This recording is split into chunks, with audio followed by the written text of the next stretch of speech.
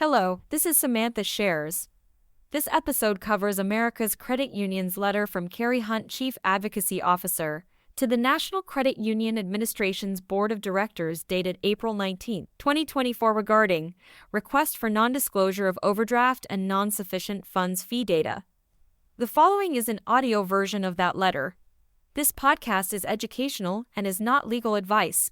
We are sponsored by Credit Union Exam Solutions Incorporated, whose team has over 240 years of National Credit Union Administration experience.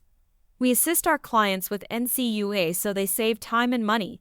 If you are worried about a recent, upcoming, or in-process NCUA examination, reach out to learn how they can assist at marktrickle.com. Also check out our other podcast called With Flying Colors, where we provide tips on how to achieve success with NCUA. And now the letter. Regarding request for non-disclosure of overdraft and non-sufficient funds fee data. Dear Chairman Harper, Vice Chairman Hopman, and Board Member Otska.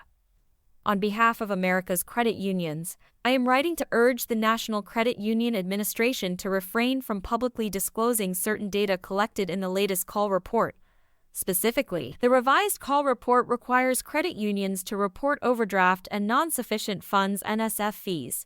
Data on these fees should not be released publicly. Instead, the agency's board should further evaluate the legal and reputational risks that credit unions may face and delay the release of such information. America's credit unions is the voice of consumers' best option for financial services. Credit unions. We advocate for policies that allow the industry to effectively meet the needs of their nearly 140 million members nationwide.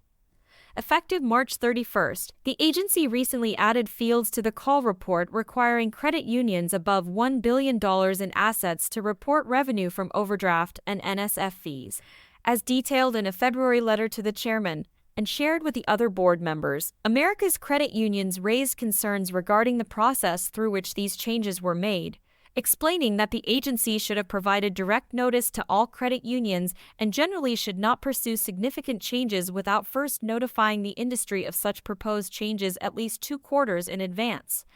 Subsequently, we sent a letter to the agency's Office of General Counsel OGC requesting a legal opinion letter regarding the applicability of the Freedom of Information Act to information collected and disclosed publicly as part of the call report requirements in the agency's regulations.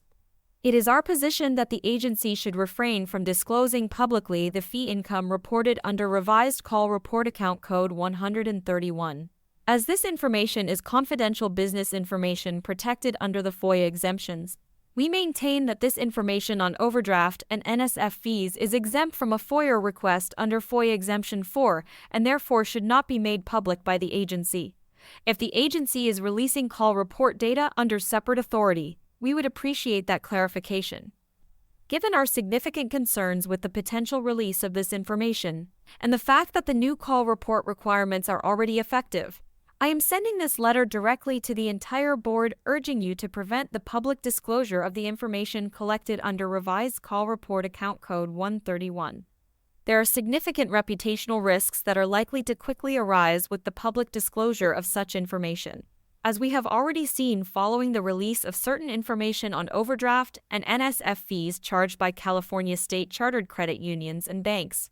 This information is likely to be spun in a misleading and potentially inaccurate way, resulting in irreparable harm to the positive reputation credit unions have worked so hard to achieve. I appreciate the willingness of each board member to discuss this issue, including during America's Credit Union's Governmental Affairs Conference. As such, you are likely familiar with our position on collecting and releasing ODP and NSF fee data. Given that the changes have already been made to the call report, we stress the significant ramifications that may result. Thus, if the board is unwilling to prevent disclosure of this fee data indefinitely, we urge, at a minimum, the agency to delay such disclosure until after it has sufficiently assessed the legal and policy concerns with releasing such information. To best protect the credit union system and consumers, the NCUA should refrain from disclosing such information publicly. This concludes the letter. If your credit union could use assistance with your exam, reach out to Mark Trickle on LinkedIn or at marktrickle.com. This is Samantha Shares, and we thank you for listening.